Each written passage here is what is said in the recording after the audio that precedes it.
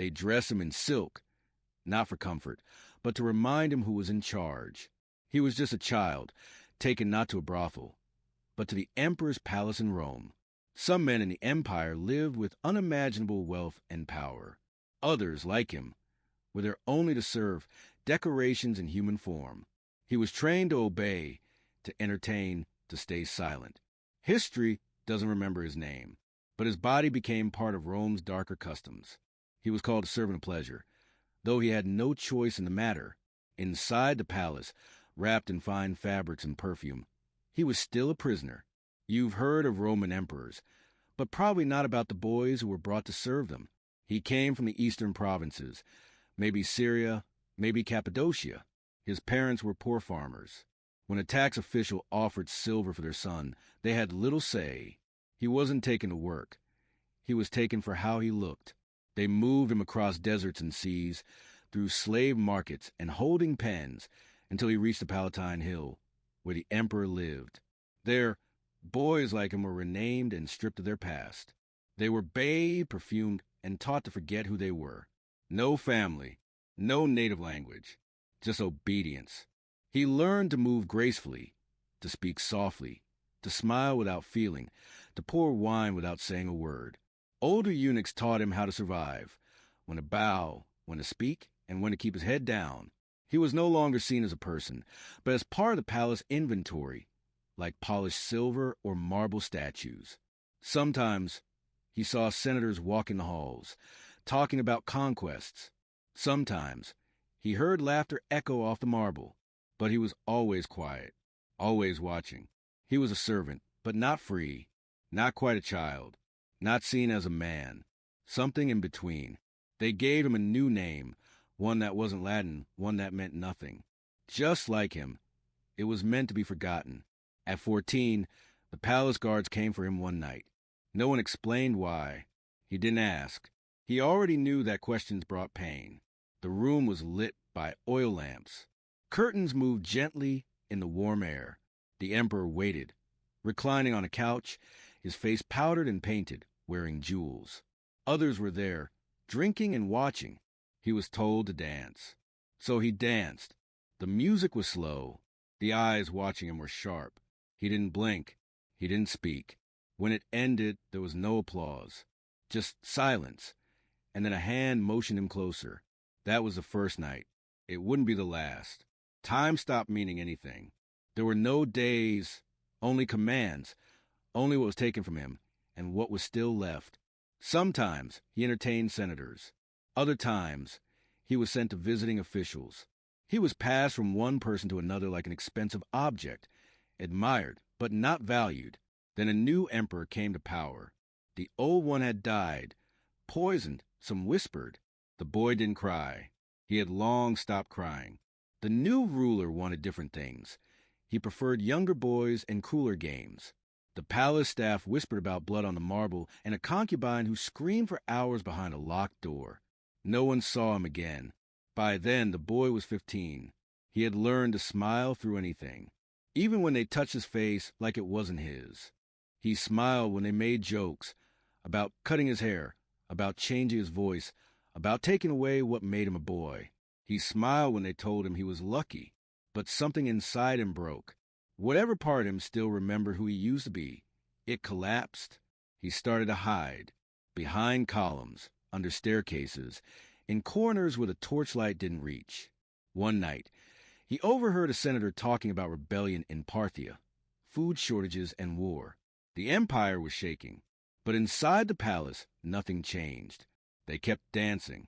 They kept drinking. They kept laughing. He wondered, would Rome collapse not from enemy armies, but from what it did to its own? From what it did to boys like him? Then one day, the punishment went too far. He bled too much. They left him in a servant's room, bruised and coughing. A physician came, glanced at him, and said nothing. He wasn't important enough to heal, only to clean up and cover up. But an older woman stayed behind. She was quiet, wrinkled, and overlooked like furniture. She knelt beside him and whispered a story.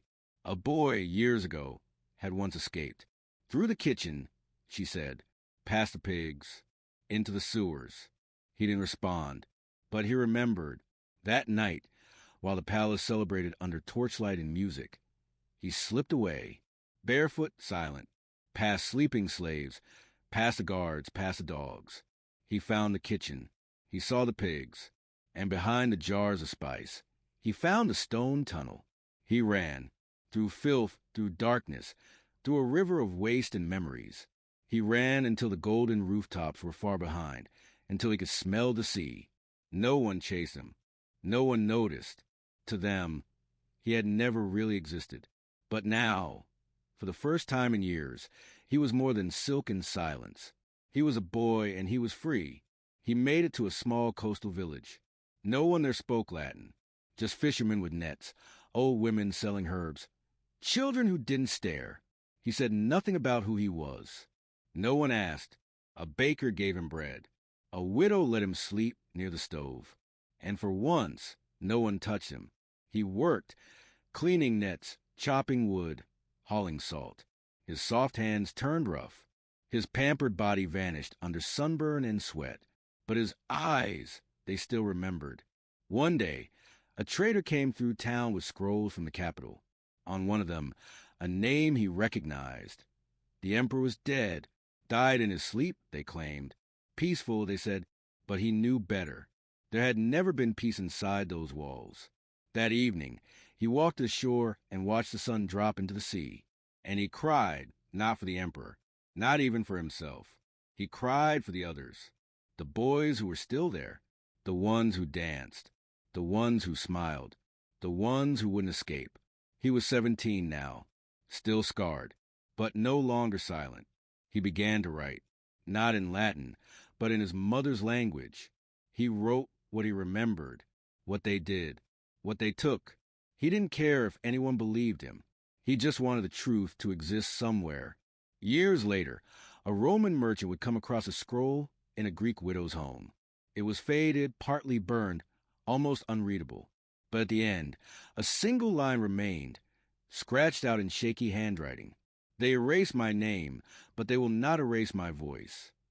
History remembers emperors. Their statues still stand. Their names are carved in stone. But the boys were shadows.